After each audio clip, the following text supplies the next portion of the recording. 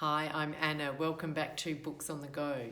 I'm here with my extremely belated March wrap up? Goodness, that's a long time ago, but I thought I might as well do it because I read quite an interesting mix of books. I was also out a lot in March because we had the festival, so I didn't have as much reading time. So not that many books, but they're interesting. So the first one, The Performance by Claire Thomas, and this is an Australian novel, so I've also covered this in my Aussie April wrap-up. It's her second novel, set in Melbourne, and it's three women in the theatre watching Happy Days, a play by Samuel Beckett.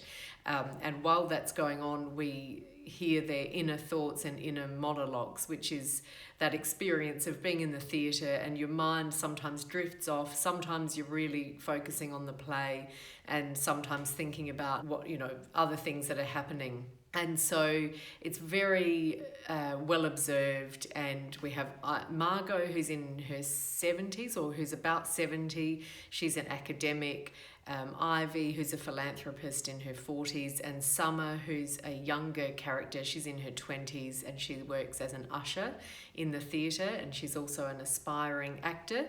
So three different women, but all fairly, well educated, and I think Summer is maybe part Aboriginal, but the other two are, white educated women. So it's sort of rich white people problems, but very well observed, very on point, and also touching on climate change, because outside the theatre, beyond the city, the bushfires are raging. And I say the bushfires, it wasn't the bushfires of last summer that were really widespread and catastrophic, but I think Claire Thomas started writing it before then, but it is a very sort of topical issue. So the book is very current and deals with those contemporary issues whilst also weaving in the play Happy Days, which I thought was very cleverly done. So I recommend that. I think it's out now in the US and getting quite a lot of traction and people talking about it. So I'd love to know what you think if you've read it. That's The Performance by Claire Thomas. And quite different, I then read East-West Street by Philippe Sands, which is a non-fiction book about the Holocaust from the point of view of him researching his grandfather's story, and it goes from there, his grandfather who was Jewish. And I read this because Philippe Sands was a guest at Adelaide Writers' Week this year, and one of the women I spoke to who attended lots of the sessions, including some of the really popular sessions, said he was absolutely hands down her favourite. So I will now have to go back and listen into that session. They're up now on Spotify, I think, as podcast episodes, the Adelaide Writers' Week, which had some amazing authors. And so this will be really interesting. He's a wonderful writer. It's very thorough, and the interesting part about it is he actually looks at the lives of the two lawyers who lived in, was it Poland? What part of the world was it? Who lived in the town of Lemberg, which was part of the Austro-Hungarian Empire and part of Poland, and also at different times part of the Ukraine, and has this very checkered history. But it becomes a central feature of the book because two men who had lived there became human rights lawyers who invented the terms crimes against humanity and genocide. And he looks at Philippe Sands is also a human rights lawyer, so he's very well qualified to talk about this and looks at the different approaches. One of the lawyers comes to it from the point of view of protecting the group, which is the genocide, and the other one comes to it from the point of view of the individual, and every single person who's killed that's a crime against humanity. It's really interesting because he traces it back to the early days, then the Nuremberg trials, and of course that has gone on to play a bigger role in world conflict and the crimes that are committed by various states. So I found that really interesting from a legal point of view, and just how these things come about, how they start, and the sort of people who work on them. And of course, they don't happen overnight, they don't happen by accident, but to get those structures in place to achieve some form of justice, just the work that goes into that, and it takes effort and really concerted thinking to make it happen. And then weaving in his personal story with his grandfather, I thought was beautifully done.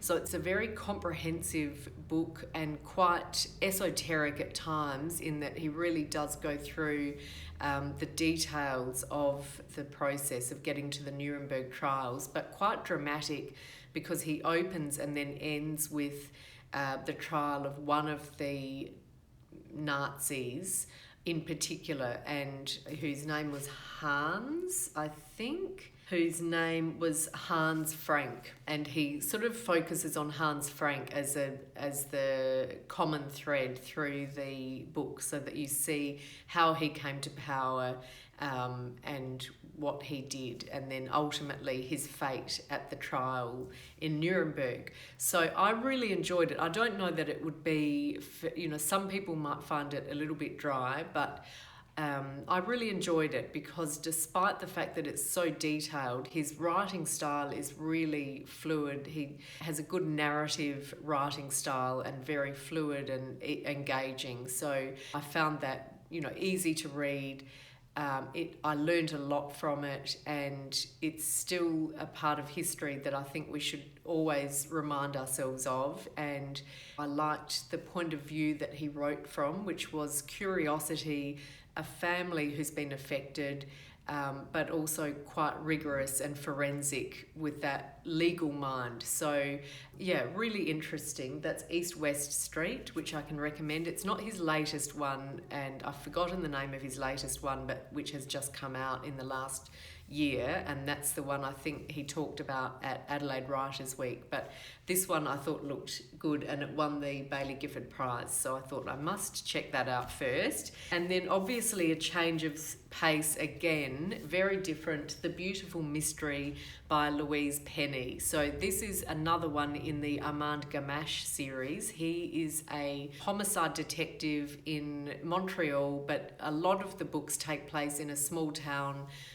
in Quebec called Three Pines, which is a sort of bucolic town, a little bit like Midsummer Murders, but with slightly more updated, contemporary, diverse characters. And she always weaves in interesting, Quebec politics and that sort of thing, which I find interesting. And he's a lovely character, and so it's a cozy crime that I really enjoy. This one was not my favourite of the series, so we still have Armand Gamache.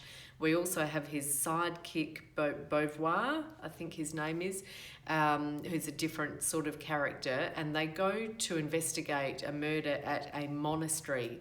So the whole book takes place in this Gothic, I want to say Gothic, but I can't remember how old it is, very old monastery, extremely remote. So that creates a bit of a locked room mystery, because no one can get in or out of this, or they can leave, but you can't easily get into this monastery. It's quite mythical. They are also famous for their Gregorian chants, and they've released an album of their chants, and the music plays a central part of the story.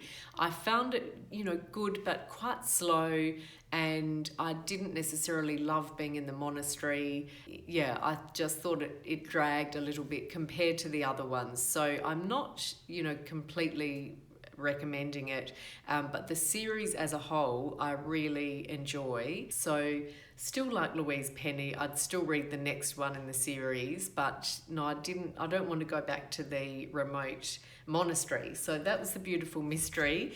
And also in March, I think it was March, I read Clara and the Sun by Kazuo Ishiguro, his new one, and Amanda and I did this on the podcast. So I have read his book, An Artist of the Floating World, which I really loved. I gave it 5 stars. It's a smaller novel of his. And I haven't read Remains of the Day, which I think is one of his best, by reputation, is meant to be one of his best.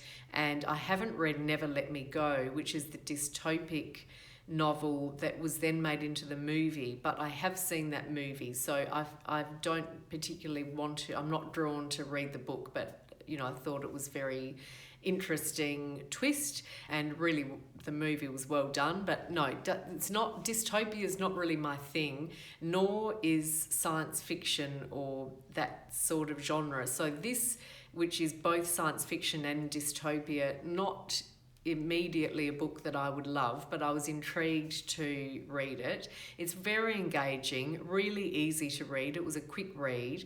The setup is that Clara is an artificial friend, so she's like a robot, but a bit more advanced. It's set in the sort of near future, or hopefully not too near future, but a dystopic, sort of pessimistic, to my mind, view of how that future might look, where everybody buys artificial friends or robots to keep their children company, because the children don't seem to go to school. Lots and lots of people's jobs have been replaced, so there's sort of a hierarchy in society where a lot of people who've been replaced get sent to labour camps or work camps or something like that, is the sense that I had.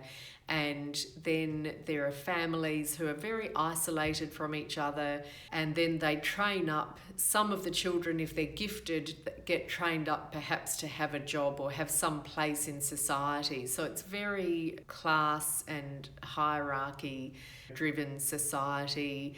And so Clara is an artificial friend to Josie, who's a young girl, maybe she's 11 or 12. She's not well. So you have that question bubbling away, what's wrong with her, and why did she why did she choose Clara, and can Clara form a friendship with her? I think that's the question that Kazuo Ishiguro wants us to be thinking about. And it does give you lots and lots of food for thought, lots of questions that it prompts you to think about. And so I found that really interesting, and I like his style in that he leaves a lot of that to read between the lines.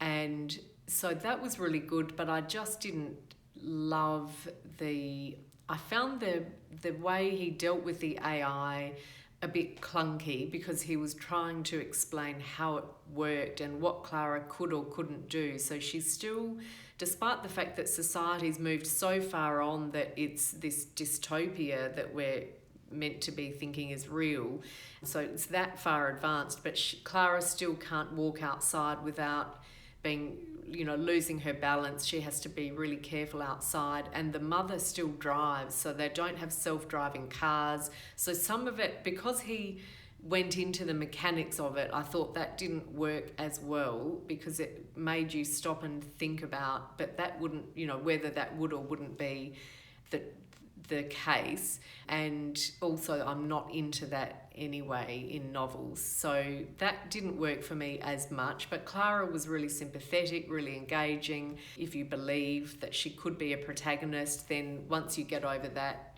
she's easy to spend time with in the novel.